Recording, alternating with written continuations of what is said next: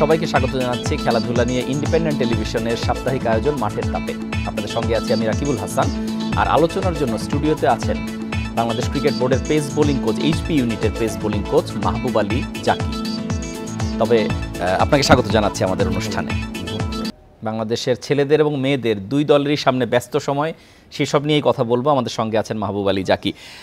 আপনাকে আরেকবার স্বাগত জানাচ্ছি। আমরা শুরুটা মেয়েদের সিরিজ দিয়েই করি, যেহেতু কালকেই বিকাল 4টায় প্রথম ম্যাচ, এবং ভারতের সঙ্গে বাংলাদেশের যদি শক্তিমত্তার তুলনা করি, বাংলাদেশ তো ডেফিনেটলি একটু পিছিয়ে থাকবে।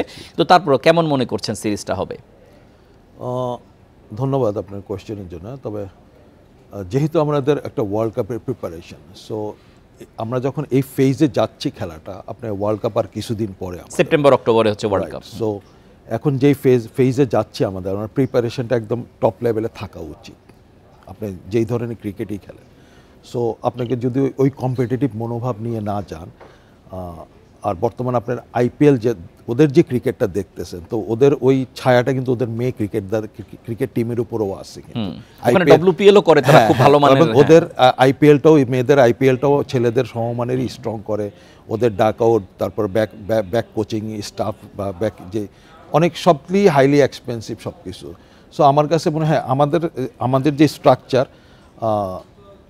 আমাদের হারানোর অনেক কিছু নাই, বাট আমাদেরকে যেটা মনোভাব রাখতে হবে, আমাদেরকে যেহেতু ওয়ার্ল্ড কাপ খেলতে হবে, আমাদের মনোভাব পজিটিভ থাকতেই হবে। আপনার কাছে এই জিনিস এতটুকুই শক্তি সামর্থ্য আছে। একটা বিষয় হচ্ছে যে অস্ট্রেলিয়ার সঙ্গে সবশেষ যে সিরিজটা গেল, যদিও অস্ট্রেলিয়া অনেকবারের বিশ্ব চ্যাম্পিয়ন, সেখানে শক্তির ফারাক ছিলই, তারপরও বাংলাদেশের মেয়েরা বোধহয় তাদের যে স্বাভাবিক স্ট্যান্ডার্ড তার চাইতে একটু বিলোতে নিচে ছিল। অস্ট্রেলিয়া ওয়ার্ল্ডের যদি টপ 6 টিম দেখেন আপনার, ওদের স্ট্রাকচারের সাথে আমাদের মেয়েদের স্ট্রাকচার যায় না, আমরা এশিয়ান স্ট্রাকচার। সো ফিজিক্যাল ক্যাপাবিলিটিতেই আমরা কিন্তু একটু পিছিয়ে থাকি। তো আমার কাছে এখন দেখেন, এই জিনিস ধরে যদি আমরা বসেই থাকি, সবসময় নেগেটিভই চিন্তা করি, আমরা কিন্তু আগাইতে পারবো না। সো আমাদের কম্পিটিটিভ দেশে ইন্ডিয়া দেখেন, আমাদের same culture, same brought up, সব কিছু, শ্রীলঙ্কা, পাকিস্তান। সো আমাদেরকে পজিটিভ চিন্তা ভাবনা করতে হবে, আমাদের প্যাটার্নগুলি চেঞ্জ করতে হবে এবং আমাদের প্রসেসগুলো বদলাইতে হবে। আপনাকে সেই আগের ক্রিকেট এখন আর ধরে থাকলে হবে।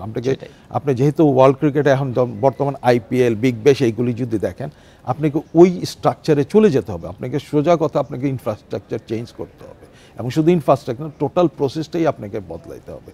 এবং আমার কাছে মনে হয় এই যদি করি, আমাদের ফিউচার ক্রিকেটের জন্য আরও বেটার হবে, যেহেতু আমরা ওয়ার্ল্ড ক্রিকেট খেলতেছি। বাংলাদেশের মেয়েদের দলের যদি আমরা একটু খেলাগুলো পর্যবেক্ষণ করি, একটা বিষয় খুব চোখে পড়বে যে ব্যাটিংয়ের একটা বড় ঘাটতি আছে, বিশেষ করে পাওয়ার হিটিংয়ের ক্ষেত্রে খুব এটা চোখে পড়ে। এটা ছেলেদের বেলায়ও আছে, মেয়েদের ক্ষেত্রে যেটা অনেক ম্যাচ দেখা গেছে যে টার্গেটটা মনে হচ্ছে যে অ্যাচিভেবল, সেটা যে শেষ পর্যন্ত 5, 10, 15 রান পিছনে থাকছে। এই জায়গাটায় আসলে উন্নতি কেন হচ্ছে না? আমার কাছে মনে হয়, আপনি যেহেতু পাওয়ার ক্রিকেটের কথা বললেন, ওই পাওয়ার ক্রিকেটটা আমাদের মেয়েদের ভিতরে ডেভেলপ করে না। যে স্ট্রাকচারালি কিন্তু আমরা একটু পিছনে, ফিজিক্যাল স্ট্রাকচারে যদি বলেন। সো আমাদের ওই ক্যাপাবিলিটিগুলোও তৈরি করতে হবে, আপনার ট্রেনিং প্যাটার্নগুলো চেঞ্জ করতে হবে, অ্যান্ড স্ট্রেংথ অ্যান্ড কন্ডিশনের ব্যাপারগুলো আরও আপগ্রেড হতে হবে। এটা শুধু প্র্যাকটিসের ব্যাপার না, এটার সাথে অনেক কিছু আপনার ফুড হ্যাবিটস, লাইফস্টাইল, সব কিছুই আপনাকে পুরো চেঞ্জ করতে হবে।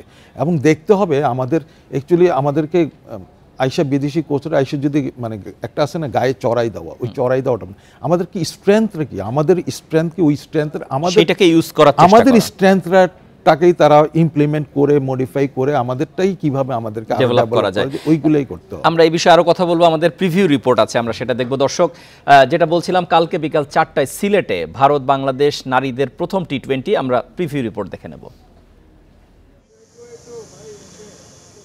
সিলেটের ঐতিহ্যবাহী আলী আমজাদ ঘড়ির সামনে দুই অধিনায়কের ট্রফি হাতে ফটো সেশন। 1 বছরের কম সময়ের ব্যবধানে আবারও মুখোমুখি বাংলাদেশ ভারত জাতীয় নারী ক্রিকেট দল। সিলেটে 5 ম্যাচের টি20 সিরিজ বিশ্বকাপের আগে মহাগুরুত্বপূর্ণ দু দলের। সম্প্রতি টি20তে অস্ট্রেলিয়ার কাছে বাজেভাবে হেরে ব্যাকফুটে নিগার সুলতানা জ্যোতির দল। পূর্ণশক্তির ভারত শক্ত প্রতিপক্ষ। সিলেটের টাইগ্রেসদের অর্জনও আশা বাড়াচ্ছে না। সব চ্যালেঞ্জ সামলে কামব্যাকের গল্প লিখতে চায় বাংলাদেশ। পোটেনশিয়াল অনুযায়ী আমাদের পারফরমেন্স আমরা করতে পারিনি অস্ট্রেলিয়া সিরিজে, যেটা খেলেছি এর থেকে বেটার খেলার সম্ভাবনা ছিল। ম্যাচ হারা যেতে নিয়ে আমার কোনোদিন কোনো আক্ষেপ থাকে না, বাট বেটার ক্রিকেট খেলাটা সেটা আমরা খেলতে পারিনি। বাট আমাদের এখন এটাই লুকিং ফরওয়ার্ড যে আমরা যেন ইন্ডিয়ার এগেনস্টটা যেন আমরা আমাদের ক্যাপাসিটি অনুযায়ী বেটার ক্রিকেট খেলতে পারি। গুড টু হিয়ার যে তারা বলতেছে যে আমরা আগের থেকে অনেক ম্যাচিউর টিম। সেপ্টেম্বর অক্টোবরে নারী টি-20 বিশ্বকাপের একক আয়োজক বাংলাদেশ হওয়ায় এই সিরিজকে গুরুত্বের সঙ্গে নিবে ভারত। বাংলাদেশে পা রেখে শুক্রবার লাক্কাতুরায় অনুশীলন সেরেছে টিম ইন্ডিয়া, শনিবার কাটিয়েছে বিশ্রামে। ওয়েদার কন্ডিশনের সাথে মানিয়ে নিতে সমস্যা হবে না শেফালি ভার্মা, স্মৃতি মান্দানাদের। সেই সাথে বাংলাদেশের সাথে সবশেষ টি-20 সিরিজ জিতে আত্মবিশ্বাসী ভারত। সামনে বিশ্বকাপ, তাই এই সিরিজ আমাদের কাছে অবশ্যই গুরুত্বপূর্ণ। এখানকার কন্ডিশনও আমাদের জন্য আদর্শ। বাংলাদেশ ভালো দল, সম্প্রতি তারা অনেক উন্নতি করছে। ভালো সিরিজ হবে, আমরা প্রস্তুত। সিলেটের দিবারাত্রির ম্যাচ হলেও ডিউ ফ্যাক্টর বড় প্রভাব ফেলবে না। সেক্ষেত্রে উইকেট ও কন্ডিশন বুঝে একাদশ সাজাতে চাইবে দু দল। কপিল পাল, ইন্ডিপেন্ডেন্ট নিউজ। আলোচনায় ফিরছি অতিথির কাছে। আমরা মেয়েদের বিষয় নিয়ে কথা বললাম, প্রিভিউ দেখলাম, অ্যাজ ওয়েল অ্যাজ আমরা ছেলেদেরটা নিয়েও কথা বলবো। আগামীকাল জিম্বাবুয়ে দল আসছে এবং এখানে কিন্তু বিশ্বকাপ আরও কাছাকাছি, জুন মাসে টি-20 বিশ্বকাপ, এবং তার আগে এটাই হচ্ছে প্রস্তুতির একটা বড় সুযোগ বাংলাদেশের জন্য। কি মনে হচ্ছে, জিম্বাবুয়ে কি আদর্শ প্রতিপক্ষ প্রস্তুতির জন্যে?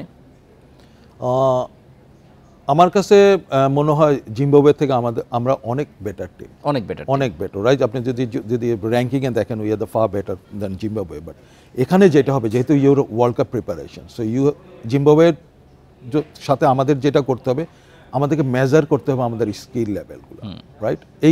এইটা ক্যালকুলেটিভ হইতে হবে আপনাকে, যে নেক্সট ওয়ার্ল্ড কাপে you have some goals, right?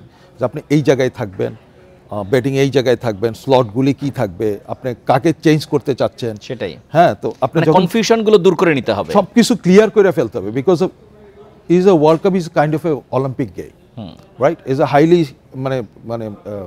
মানে সবচেয়ে বেশি প্রেশারাইজড না, এবং সো এখানে আপনি হাইলি স্কিল, আপনার যেমন স্কিলের যে বেরমেন্টের আছে, আপনার যেটা আছে ইউর স্ট্রেংথ, আপনার never think you weakness, you go with your high skill, high strength. তো আপনি আপনার স্ট্রেংথ রেখে এখানে আপনাকে মেজার করবেন, যে আপনার যেমন আমাদের 6-এর একটা প্রবলেম আছে, রাইট? আমরা যখনই মারি আমাদের বাউন্ডারির কাছাকাছি যাচ্ছে, রাইট?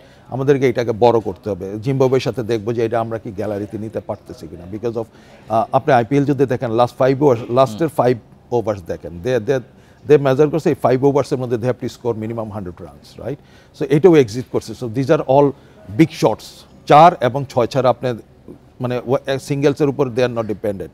সো এখানে আপনি খেলাটা ওখানে চেঞ্জ করছে। সো আমাদের এই জিনিসগুলো, স্লটগুলো দেখতে হবে, যে first 6 ওভার্স what we actually doing, in the 7 to 15 ওভার্স আমাদের একটা প্ল্যান আছে, রাইট?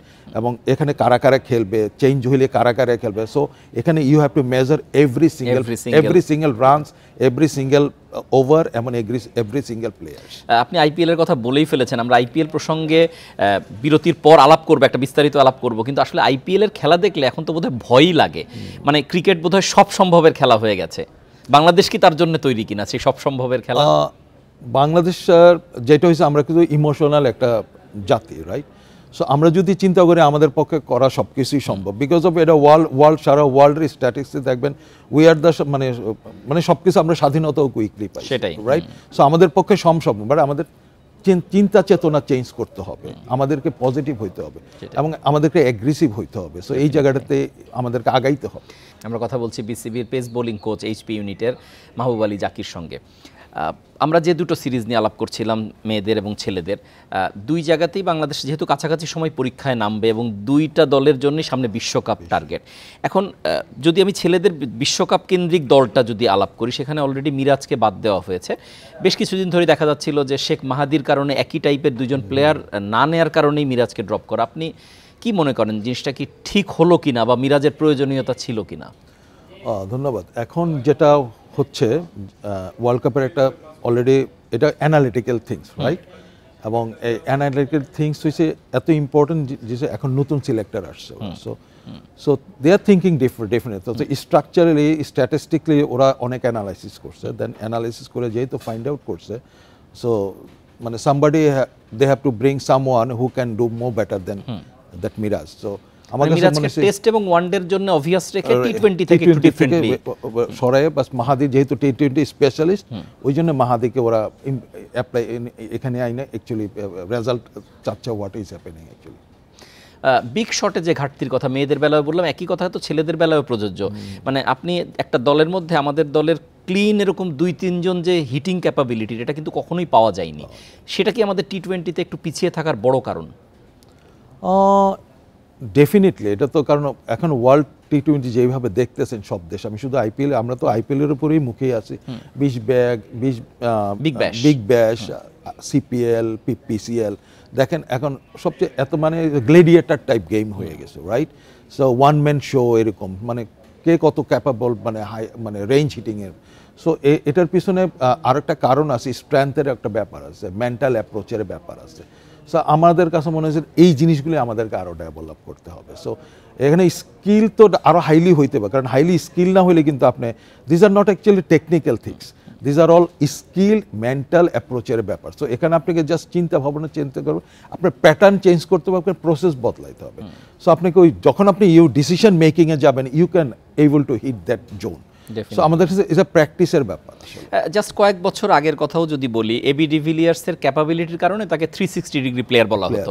এখন কি আপনার মাঝে মাঝে মনে হয় যে টি-20তে সবাই 360 ডিগ্রি প্লেয়ার হয়ে গেছে? আপনি যদি এখন দেখেন সবাই অলমোস্ট, কারণ হয়েছে কি, কেউ তো আসে চেঞ্জ করার জন্য, দেন একটা জেনারেশন তখন চেঞ্জ হয়। সো এখন যেই জেনারেশন চেঞ্জ হচ্ছে, আমাদেরও তো এরকম একটা জেনারেশন এখন দরকার। এখন আমাদের এই জেনারেশনটা যদি ওরা এই জিনিসগুলি অ্যাপ্লাই করে দেওয়া যায়, তাহলে আমাদের নেক্সট জেনারেশন এইগুলি দেখে ওরাও তখন আস্তে আস্তে এই প্রসেসগুলোতে ঢুকবে এবং বুঝবে যে এই জোনে যেতে হলে তাকে এই ক্যাপাবিলিটি দরকার। আমরা একটু মেয়েদের সিরিজে যদি সুইচ করতে চাই, বাংলাদেশের দলটার ব্যাটিংয়ের ক্ষেত্রে আমরা অনেক বেশি দেখি যে নিগার সুলতানা জ্যোতির উপর নির্ভরশীল, কারণ উনি মাঝখানে নেমে রোল প্লে করলে দলের রানটা একটা ভালো জায়গায় যায়। এই একজনের উপর ডিপেন্ডেন্সি, এটা তো দলের একটা দুর্বল দিক। এটা ভেরি গুড কোয়েশ্চেন। যদি আপনি ডিপলি চিন্তা করেন, this is our culture actually. আমাদের একটা কালচার গ্রো করে ফেলছে ওয়ান ম্যান এবং দুইজনের উপর নির্ভরশীল, ম্যানসের উপরও দেখেন আপনি 1-2 জনের উপর ডিপেন্ড। আপনার কাছে কিন্তু 6টা ডিপেন্ডেবল কেউই নাই, বাট ইউ হ্যাভ, আপনার কাছে টপ 6 ব্যাটসম্যান আছে, দে আর কেপেবল, বাট তাদেরকে ওই কনফিডেন্স, ট্রাস্টি জিনিসটা দিতেই হবে, আপনাকে ফুল ফ্রিডম দিতেই হবে। আপনি না দিলে আমার কাছে ওদের ওই নিজের ভিতর থেকে ওরাও বাড়াইতে পারতেছেন। আমার মনে হচ্ছে you have to give them full freedom এবং ফুল স্ট্রেংথের উপরে তাদেরকে পলিশ করা উচিত। বাট মেয়েদের একটা তো বোধহয় স্ট্রং দিক আছে, যেটা হোল ওয়ার্ল্ড এখন জানে, সেটা হচ্ছে বোলিং ইউনিটটা সলিড। আপনি যদি টপ অপোজিশনও হয়, সেখানে আমাদের যে স্পিন অ্যাটাক এবং ইভেন পেস অ্যাটাকটা কিন্তু অবিশ্বাস্য হয়। আপনার সাথে পেস অ্যাটাক নিয়ে আলাদা কথা হবে, কারণ আপনি পেস বোলিং কোচ, কিন্তু মেয়েদের পেস বোলিংয়ের যে উন্নতিটাও তো চোখে পড়ার মতো। ডেফিনেটলি। এবং আমাদের এখন কিন্তু বলে না আইডল, আমাদের বাংলাদেশে কিন্তু এখন পেসের আইডল আছে। আগে কিন্তু আমাদের সময় আমরা বাইরেদেরকে, ইমরান খান, ওদেরকে দেখা ক্রিকেট শিখে, এখন কিন্তু আমাদের মেয়ে হোক আর ছেলে হোক, এরা কিন্তু আমাদের লোকাল প্লেয়ারদেরকে আইডল দেখেই শিখে। সো ইন্সপিরেশন একটা বড় জিনিস। সো আমার কাছে মনে হয় এইটা একটা কালচার আমাদের তৈরি হয়েছে। সো তো সেম জিনিসই কিন্তু আমাদের ব্যাটসম্যান আইডল এখন দরকার, বাট আমাদের কাছে ওই ভূমিকাগুলোতে আমাদের নামা উচিত। সিলেট ভেন্যু বা চিটাগংয়ে হচ্ছে ছেলেদের ম্যাচ শুরু হবে, আর মেয়েদেরটা তো সবগুলো সিলেটে। ওই জায়গার ভেন্যুগুলোর উইকেট তো বেটার দ্যান ঢাকা, মানে আমি যদি আমাদের লাস্ট যা স্ট্যাটগুলো আমরা দেখি, তো এটা তো অবশ্য প্রিপারেশনের জন্য একটা ভালো জায়গা।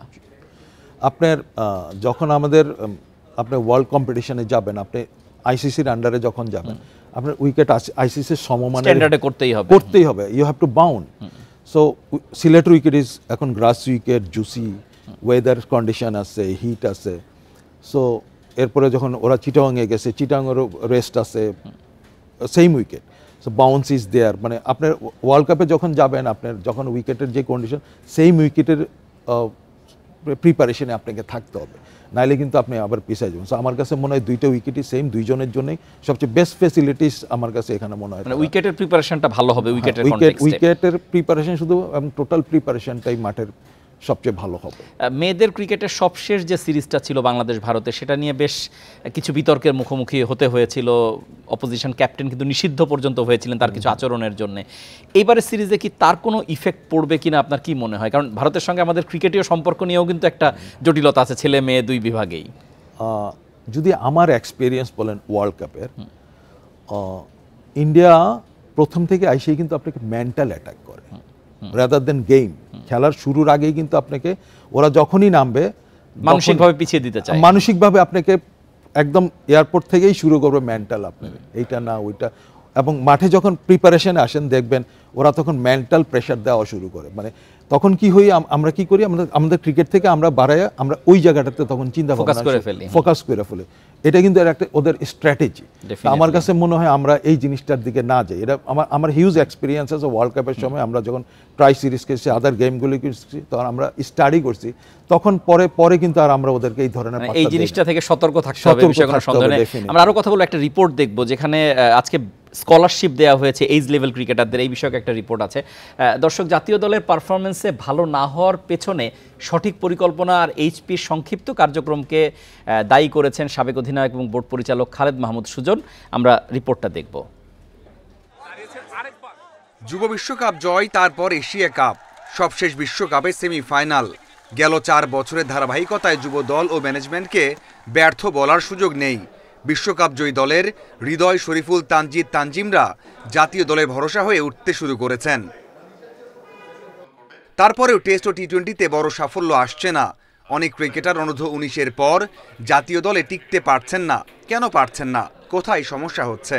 আপনি যদি প্রিপারেশন ছাড়া খেলেন তাহলে আপনি টেস্ট ম্যাচ হারবেন, এটাই খুব স্বাভাবিক। তো সেটাই হয়েছে আসলে। তো টিম ম্যানেজমেন্টের এখানে আরও বেশি ফোকাস করা উচিত ছিল, যেহেতু 2টা টেস্ট ম্যাচ ছিল, ভেরি ভেরি ইম্পর্টেন্ট আমাদের হোম কন্ডিশনে খেলা। টেস্ট প্লেয়ারদের আমার মনে হয় অনেক আগেই ডিপিএল থেকে উঠিয়ে দেওয়া উচিত ছিল লাল বলে ট্রেনিং করতে। কেন ওনারা করেনি সেটা ওনারা জানেন, বাট আমার মনে হয় যে এইটা একটা শ্রীলঙ্কার সিরিজকে দেখে আমাদের লাল বলের দলকে বিবেচনা করলে হবে না। ঘরোয়া লিগ ছাড়া জাতীয় দল ও এর আশেপাশে থাকা তারকাদের জন্য নেই কোনো ক্যাম্পের ব্যবস্থা। হাই পারফরমেন্স ইউনিটের কার্যক্রম চলে মাত্র 3 মাস, যা কিছুতেই মানতে পারছেন না সাবেক অধিনায়ক। কিন্তু আমি মনে করি যে স্পিড ট্রেনিংটা সারা বছর হওয়াটা খুব জরুরি বলে আমি মনে করি। আমার কাছে যেটা মনে হয় যে খালি আমি একটা করলাম, একটা হোম সিরিজ খেললাম, একটা অ্যাওয়ে সিরিজ খেললাম, ওইখানে আপনি প্লেয়ার ডেভেলপ করতে পারেন। আমরা যেমন 2 বছর ধরে আন্ডার 19-এর ট্রেনিং হয়, মানে একটা কোচ আর একটা প্লেয়ারের সম্পর্ক হয় বাবা ছেলের মতো সম্পর্ক না। তো এখানে যদি বাবা 3 মাস থাকে তাহলে তো প্রবলেম, বাবাকে 12 মাসই ছেলের সাথে থাকতে হবে, সত্যি কথা বলতে গেলে। সামনের যুব বিশ্বকাপের জন্য পরিকল্পনা শুরু হয়েছে। স্কুল লিগ শুরুর আগে 15 প্রতিভাবান ক্রিকেটারকে বৃত্তিও দিয়েছে বিসিবি। একজনদের এটা হচ্ছে না তা না, মানে দেখা যাচ্ছে যে প্রায় একটা ইয়ারে 5 জন আর একটা ইয়ারে 4 জন, মানে স্কুল ক্রিকেট থেকে যে প্রতিভা আসছে না, অনেক প্রতিভা আসছে, সুযোগ পাচ্ছে ছেলেরা খেলা। তীব্র দাবদাহের মধ্যে স্কুল ক্রিকেট লিগে এবার অংশ নিচ্ছে 352 স্কুলের প্রায় 12,000 ক্রিকেটার। সরকার থেকে যেসব সতর্কতা মেনে চলতে বলা হয়েছে তা মেনেই মাঠে খেলা চালাবে management. Mazharul Islam, independent news. ফিরছি অতিথির কাছে। আমরা যে বিষয়টার রিপোর্ট দেখলাম সেটা আপনার সঙ্গে ডিরেক্টলি কানেক্টেড। সেখানে এইচপির কথাটা স্পেশালি বলা আছে যে মাত্র 3 মাস কার্যক্রম চলে, এটা বছরব্যাপী করলে তার একটা বেনিফিটস কিন্তু পেতে পারে। আপনি এইচপির সঙ্গে ডিরেক্টলি জড়িত, আপনার অবস্থানও নিশ্চয়ই একই। অ্যাকচুয়ালি ধন্যবাদ, বাট ব্যাপারটা হয়েছে খালেদ মাহমুদ সুজন এবং দুর্জয় দুইজনই অনেকদিন ধরে ওরা যে ব্যাপারটা প্ল্যান করতেছিল, অ্যাকচুয়ালি এটা হয়েছে কি আমাদের ইয়ার যে ক্যালেন্ডার আছে, ইয়ার ক্যালেন্ডারে আসলে হচ্ছে না। সো যেহেতু এটা শিডিউলের ব্যাপার, ওনারাও মানে লং টার্ম প্রসেসে যাইতে চাচ্ছে, কারণ আপনার যখন একটা ইউনিট তৈরি করবেন, unit long term process, right, যেহেতু এখানে রেজাল্ট ওরিয়েন্টেড ব্যাপার। সো তো আমাদের বোর্ডেরও কিছু ব্যারিমিটার আছে। সো আমার কাছে মনে হয় ওরা চেষ্টা করতেছে, আমার একটু সময়ের ব্যাপার। সংকট মনে হয় প্র্যাকটিসের জায়গা নিয়েই বাধে সব সময়, মানে যেহেতু ভেন্যু আমাদের খুব অ্যাভেলেবল না। একটা হচ্ছে জায়গা, সেকেন্ড হচ্ছে আমাদের যে টুর্নামেন্টের আমাদের এনসিএল, বিসিএল, তারপরে আদার্স যে সিরিজ, তারপরে দেন ডিপিএল, তো এইগুলি খেলার যে আমাদের যে শিডিউলতে এসে আমাদের এই টাইম ফ্রেমে এতটুকুই টাইম পাচ্ছি আমরা। সো এই জায়গাতে যদি করতে আপনাকে স্ট্রাকচার দেন আবার রিবিল্ড করে আবার নিউলি রিবিল্ড করতে হবে। এই ক্ষেত্রে তো ঢাকার বাইরের কিছু ভেন্যুকেও ব্যবহার করা যেতে পারে যদি লম্বা টার্মের জন্য বলা হয়, কারণ শুধু ঢাকা কেন্দ্রিক চিন্তা থেকে তো সরে আসা দরকার আসলে মনে হয়। এখন তো বোর্ড ওইরকম চিন্তা করতেছে। বোর্ড রিসেন্টলি দেখেন লাস্ট 2 ইয়ার্স আমার কাছে মনে হয় বোর্ড এটা নিয়ে কাজ করতেছে, যেটা আমরা জোনাল করতে চাইতেছে। এটা একটা গুড পজিটিভ সাইন। এবং ওই জোনালের যে স্ট্রাকচারটা ওনারা চেঞ্জ করে মানে বদলে যেমন সিলেটে, যেটা সিলেট এবং চিটাং দুইটাই আপনি যখন দেখবেন ওরা নিউলি স্ট্রাকচার, ইনডোর, আদার ফেসিলিটি সব। তো এরকম আরও এখন হয়তো ওরা রাজশাহীরা চাচ্ছে, তারপরে হয়তো খুলনা আগে ছিল। তো ওরা চাচ্ছে যে বেটার ফেসিলিটিস কোন জায়গায় আছে, যেমন বেটার ফেসিলিটিস মানে ফ্লাইং ক্যাপাসিটি কোন জোনগুলোতে আছে সবগুলি মিলে ওরাও চাচ্ছে। বাট আমার কাছে মনে হয় এটা একটা সময়ের ব্যাপার। আপনার একটা স্পেশালাইজ জায়গায় চলে যায়, যেহেতু আপনি পেস বোলিং কোচ হিসাবে কাজ করেন এবং বাংলাদেশে সুপরিচিত। মুস্তাফিজের আইপিএল পারফরমেন্সের একটু মূল্যায়ন জানতে চাই, এবং একই সঙ্গে ডিপিএলে আমাদের বাকি পেসাররা যে পারফর্ম করলো আমরা যেটা দেখেছি, সব মিলিয়ে পেসারদের সময়টা কেমন যাচ্ছে? বর্তমানে আমাদের পেসারদের একটা খুব ভালো সময় যাচ্ছে এবং একটা ভালো স্লট আছে, এবং আমাদের এখন বললাম না যে আইডেলস, এখন আমাদের পেসাররা, আর এখন ওয়ার্ল্ড ক্রিকেটে আমাদের পেসাররাও চাচ্ছে 150-এ কীভাবে 150-এ কীভাবে বল করা যায়। সো ওরাও এইটার জন্য সবাই অ্যাকচুয়ালি ওই জন্যই অ্যাকচুয়ালি উদ্গ্রীব, এবং ইয়াং জেনারেশনে ওরা অল্প বয়সেই চাচ্ছে যে 150 করে। যাকেই জিজ্ঞাসা করবেন সবাই একই মানে ফরম্যাটে, ফোকাসটা একই জায়গায়। সো এটা একটা বিগ প্রসেসের ব্যাপার। সো এখানে অনেকগুলি ব্যারিয়ারের ব্যাপার আছে, অনেকগুলি স্লটের ব্যাপারটা আছে, অনেকগুলি ফেজের ব্যাপার আছে। সো এইগুলি ফলো করতে হবে, বিকজ এটা লং টার্ম প্রসেস। আপনি যদি দেখেন এখন যারা আমাদের টপ ক্লাস, আমাদের ন্যাশনাল টিমে যারা টপ 8 থেকে 10 জন বোলার আছে, তাদের তৈরি হতে মিনিমাম 5 ইয়ার্স লাগছে। So it tax 5 to 6 years ওই জায়গাটা একজনকে বিল্ড আপ হতে। একটা বিষয় হচ্ছে যে বাংলাদেশের পেস বোলাররা কিন্তু যে খুব সুবিধা পেয়েছে, মানে ঘরের উইকেটগুলো ওরকম ছিল না, বা আমরা জানি যে শারীরিকভাবেই ধরে নেওয়া হয় যে আমাদের দেশে পেস বোলিংটা যে এত ভালো হবে, সেই জায়গা থেকে এরকম একটা অবস্থা এলো কিভাবে? আপনার পেস বোলারদের জন্য আপনি যখন ট্রু উইকেট দিবেন, যখনই আপনি ট্রু উইকেট দিবেন আপনি সব বেনিফিটই এক্সট্রা পাবেন, রাইট? বাট পেস বোলিং যদি আপনাকে শিখতে হয়, আপনাকে ডেড উইকেটেই শিখতে হবে। আচ্ছা, ডেড উইকেট যদি না শিখেন, you can produce your power, মানে পাওয়ারটা বডির থেকে আসতে হবে। আচ্ছা, সো আপনাকে যদি ট্রু উইকেট দেয়, আপনি তো এক্সট্রা এফোর্টটা দিবেন না। আচ্ছা, মানে উইকেটই আপনার জন্য অনেক কিছু করে দিবে। হ্যাঁ, তখন তো এক্সট্রা সবকিছুই পাচ্ছেন, যা হচ্ছে তাই। আপনি যখন ডেড উইকেটে বা যেই সারফেস আমরা খেলে আসতেছি, আপনার ওখানেই পেস বোলিংটা শিখতে হবে। যখন আপনি এক্সট্রা হিট করবেন, ওখান থেকে শিখা শুরু করবেন, বাউন্স শিখা শুরু করবেন, সুইং শিখা শুরু করবেন, কাট শিখা শুরু, যখন আপনি ট্রু উইকেটে পাবেন তখন এটা এক্সট্রা এফোর্ট হবে অপোনেন্টের জন্য। সো আমার কাছে মনে হয় মানে আমার নলেজ অ্যান্ড এক্সপিরিয়েন্স বলে যে এইসব উইকেটেই ফাস্ট বোলার, যেমন পাকিস্তানের ইতিহাস যদি দেখেন, তারা কিন্তু পাকিস্তানের উইকেট আমাদের উইকেট প্রায় সেম। সো যেই জন্য পাকিস্তানের, যেহেতু পাকিস্তানের ক্রিকেটের আমি বেশিরভাগই ওদের সাথে কথা বলি, সো ওদের রিভার্স সুইং ওরা কেন শিখে? Because of their wicket. তাদের উইকেটের কারণে ওরা রিভার্স সুইং দেখে যে লেন্থ, ব্যাক অফ লেন্থ ওদের কোনো বেনিফিট পায় না। দেন ওয়াকার ইউনুসরা তখন রিভার্স সুইং, যখন রিভার্স সুইং শিখা শুরু করে, যে তাদের উইকেটের জন্য রিভার্স সুইং, যেহেতু ড্রাই কান্ট্রি, ড্রাই ওয়েদার, তো রিভার্স সুইং ওদের জন্য সবচেয়ে বেটার হয়েছে। ছোট্ট করে যদি একটু ভবিষ্যতের কথা জানতে চাই, যে পাইপলাইনে পেসাররা কেমন আছেন, যদি ছোট্ট করে বলেন। আরেকটা বিরতি সময় হয়ে গেছে। আমাদের প্রত্যেক ন্যাশনাল টিমেই যখন আমরা টিম সিলেকশন করি, যখন মানে সিলেক্টর আমাদেরকে টিম দেয় ন্যাশনাল স্কোয়াডের জন্য, অ্যাটলিস্ট 10 থেকে 12টা 8 জন পেস বোলার থাকেই। 8 জন পেস বোলার, 6 থেকে 8 জন স্পিনার থাকে ফর স্ক্রিনিং।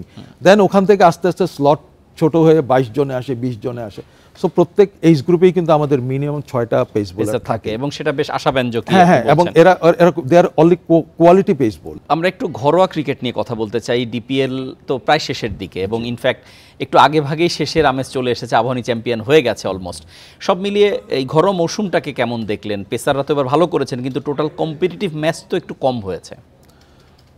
যদি বলেন, আমার কাছে মনে হয় কম্পিটিটিভ খুব একটা কম হয় নাই। আচ্ছা, স্ট্যান্ডার্ড অফ দ্য গেম আপনার সেখানে একটু ল্যাক করেছে। হ্যাঁ, standard of the game. So আমাদের যখন আপনি দেখেন আমাদের টপ 6 টিমগুলো দেখেন যারা সুপার লিগ খেলতেছে, সো আপনি ক্রিকেটটা কিন্তু ওই জায়গায় ধরবেন যে, আর নিচের যে বটম আছে ওইটা আমরা উইকনেসের পার্টেই ধরবো। সো টপ বটমে ওরা কিন্তু ভালো খেলতেছে, কম্পিটিটিভ ছিল। সো এই জায়গাটাতে আমাদের ভালো হচ্ছে। আর আবাহনী তো সুপার টিম, আপনি যখন আপনার ডাকআউট দেখবেন পুরো ন্যাশনাল টিমের কপি পেস্ট পুরাটাই টিম। সো এইটা একটা পজিটিভ সাইড এদের, এবং অপোনেন্টের সাথে অনেক এটা ডিফার করে। যখন খেলতেই নামে সুপার লিগে, যখন দেখলাম খেলাগুলো অপোনেন্টের সাথে, বুঝাই যায় যে quality team, quality players, quality game, quality plan, সব কিছুই ডিফারেন্ট ওদের, ডেফিনেটলি। এবং যেহেতু আমরা প্রায় দেখেছি টস জিতে আবাহনী বোলিং নিয়েছে, তার কারণ হচ্ছে তার হাতে পেস বোলার সলিড, এবং বিশেষ করে শরীফুল কি তার ড্রিম টাইম পার করছেন আপনি? আমার তো তাই মনে হয়। প্রত্যেক প্লেয়ারের কিন্তু একটা ফেজ যায়, right? So Shoriful in this mood now. So যখন এই মুডে থাকে, আমার কাছে মনে হয় ওর ড্রিমটা বার করে নেওয়া উচিত, এবং আমার কাছে মনে হয় নেক্সট ওয়ার্ল্ড কাপে ওই জিনিসটাই এটার উপরেই ফোকাস করে, এবং এই শেপেই যেন ও থাকে, এর থেকে যেন এক্সট্রা কোনো কিছু চেঞ্জ করতে না চায়। আমার কাছে মনে হয় থাকা উচিত, কারণ এই সময়টা যখন হয় কি ভালো সময় যায়, আপনি খারাপ করলেও ভালো বেস্ট আউট অফ ইট করতে হয়, মানে আপনাকে তখন সব বেস্ট আপনি নিয়ে নিতে হয় আপনার। শরীফুলের একটা বোধহয় আমরা সবসময় লেফট আর্ম পেসারদের ক্ষেত্রে দুনিয়াব্যাপী দেখি যে বল ভিতরে আনতে পারাটাই হচ্ছে একটা চ্যালেঞ্জ হয়ে যায়, কারণ তার ন্যাচারাল একটা সুইং পায় যেটা অ্যাঙ্গেল। শরীফুল বোধহয় সেই জায়গাটায় ওয়ার্কআউট করে আমি মাঝে মাঝে দেখি তার কিছু বল ভিতরে আনতে পারে, এটা তো তাকে বোধহয় একটু বাড়তি কনফিডেন্স দেয়। এটা যখন আমরা আন্ডার-19 ওয়ার্ল্ড কাপ খেলি তখন থেকে আমাদের মানে ওই জিনিসটাই করা হয়েছিল, যে কারণ ওর মেইন স্ট্রেংথটাই ছিল এটা। ওর যখন ওরা তো অ্যাকচুয়ালি পিক করা হয়েছিল ঢাকা প্রিমিয়ার লিগ থেকেই। ও অ্যাকচুয়ালি আপনার এনসিএলে বোধহয় আপনার রাজশাহী টিমের সাথে ছিল, তখন আমরা ওখানে আমি আরও কোচ ছিল, ওরা তখন দেখছি ওকে পিক করছে। দেন আন্ডার-19 যখন আসছে আমরা ফেস টু ফেস কাজ শুরু করছি। সো পজিটিভ সাইন হয়েছে হাঙ্গারনেসটা সবচেয়ে বড় জিনিস। আচ্ছা, if you are not hungry আপনি ওই জায়গাটা যাইতে পারবেন। এখন আমাদের দেশের প্লেয়ারদের সমস্যা কি, আপনি যারাই জিজ্ঞেস করবেন সবাই ন্যাশনাল টিমে খেলতে চায়, আর টপ ক্লাস প্লেয়ারদের আমাদের they have to think world ranking. So when you are think world ranking you have to go in the different mood. So আপনার এভরিথিং শুড বি চেঞ্জ, আপনার প্যাটার্ন সব চেঞ্জ হয়ে যাবে। সো এখানে সব high skill, high fitness level সব কিছু, তখন স্ট্রাকচারালি আপনাকে নতুন চিন্তা ভাবনা, নতুন বিল্ড আপ, নতুন সেট আপ সব কিছু তৈরি করতে হবে। আমার কাছে মনে হয় আমাদের প্লেয়ারদেরকে ওই জায়গাটাতে এখন এই কথাটাই বোধহয় আমরা ব্রেকের মধ্যে আলাপ করছিলাম, যে আমরা যদি ওয়ার্ল্ড ওয়াইড ফলো করি যে ক্রিকেটারদের তার নিজের প্র্যাকটিসের জায়গা বা নিজের কোচিং একটা চিন্তা ভাবনার মধ্যে নিজেদের ঢোকা উচিত। মানে শুধুমাত্র থার্ড পার্টির উপর ডিপেন্ডেন্ট থাকলে তো বোধহয় ইন্ডিভিজুয়াল ডেভেলপমেন্ট খুব টাফ। না, আমাদের প্লেয়ারদের হয়েছে কি থার্ড পার্টির উপর ডিপেন্ডেন্ট। আপনার কেউর কিন্তু ইন্ডিভিজুয়াল আপনি বলতে পারেন না, কেউর একটা পার্সোনাল কোচ আছে, আমাদের পার্সোনাল ট্রেনার আছে। এখন ওরা ট্রেনারের কাছে আসছে বিকজ অফ আমাদের ফিটনেসের একটা টেস্টিং আছে, খেলার আগে ওদের ফিটনেস টেস্ট হয়, কোনো ক্যাম্পের আগে টেস্ট হয়, ওইটা একটা ব্যারিমিটার আছে, ইউএ টেস্ট সবাইকেই দিতে হয়, কন্ট্রাক্টের যত আমাদের স্যালারি স্ট্রাকচার আছে পাস হচ্ছে, এই জন্য ওরা পার্সোনাল এখন ট্রেনার রাখছে। আমার কাছে মনে হয় তাদেরকে কোচও অ্যাফোর্ড করা উচিত, বিকজ অফ এদেরকে আমরা ছোট থেকেই কিন্তু বিল্ড আপ করছি। So we know every secret. So আমাদের কাছে মনে হয় ওদের এই জিনিসগুলোতে আগে আসা, প্রফেশনালিজম, ফুললি প্রফেশনালিজমে আসা উচিত আমাদের প্লেয়ার। ডেফিনেটলি। একদম শেষ দিকে আমরা অনুষ্ঠানের আবার সেই পুরনো জায়গায় ফিরে যাই। বাংলাদেশ জিম্বাবুয়ে, নিশ্চয়ই বাংলাদেশের তো হারানোর সংখ্যা আছে, পাওয়ার খুব বেশি কিছু নেই। আপনি কি মনে করেন 5টা ম্যাচই বাংলাদেশ জিততে পারবে? জিতা তো উচিত, যেহেতু আপনি ওয়ার্ল্ড কাপ খেলতে যাচ্ছেন। আপনাকে তো পিছনে ফিরে তাকানোর কোনো সুযোগ নেই, কারণ এখানে হয়েছে কিনা ওয়ার্ল্ড কাপের পুরো ফোকাস রেখে আপনি পজিটিভটা আপনি you have to tick every box. সেটাই। মাহবুব আলী জাকি, আপনাকে অসংখ্য ধন্যবাদ আমাদের অনুষ্ঠানে যোগ দেওয়ার জন্য। ধন্যবাদ দর্শক, এই ছিল মাঠের তাপের আজকের আয়োজন। ইন্ডিপেন্ডেন্ট টেলিভিশনের সব খবর বিস্তারিত জানতে চোখ রাখুন ফেসবুক, ইউটিউব এবং এক্সে। ধন্যবাদ।